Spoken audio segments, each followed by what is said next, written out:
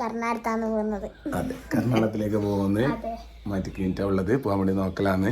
അപ്പോൾ ഓണത്തിനൊന്ന് പിന്നെ വീട് വരെ പോയിട്ട് വരാന്ന് വെച്ചിട്ടാണ്. അപ്പോൾ ഓണത്തിന് ആടിയും ഉണ്ടാവും, നമ്മളന്ന് ഇങ്ങോട്ട് മടങ്ങും. അപ്പോൾ അങ്ങോട്ടും ഇങ്ങോട്ടും 2 സ്ഥലത്തായിട്ട് പ്രശ്നമാണ്. അങ്ങനെ പോക്കില്ല.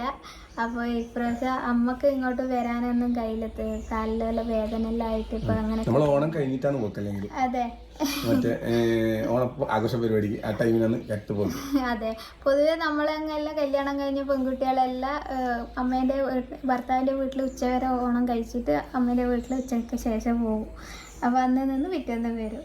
അത് അടുത്തായതുകൊണ്ട് പിന്നെ അങ്ങനെ പോകാനല്ല പറ്റും. അപ്പൊ ഞാൻ പിന്നെ ദൂരല്ലേ, അതുകൊണ്ട് പിന്നെ നമുക്ക് വന്നിട്ട് ഒരു സ്ഥലത്ത് പോകാനുണ്ട്, വന്നിട്ടാവും പറയാം. അതെ. അപ്പൊ ഓണത്തിന് എല്ലാരും മക്കളെ ഉച്ചരിഞ്ഞിട്ട് പോലുണ്ട്.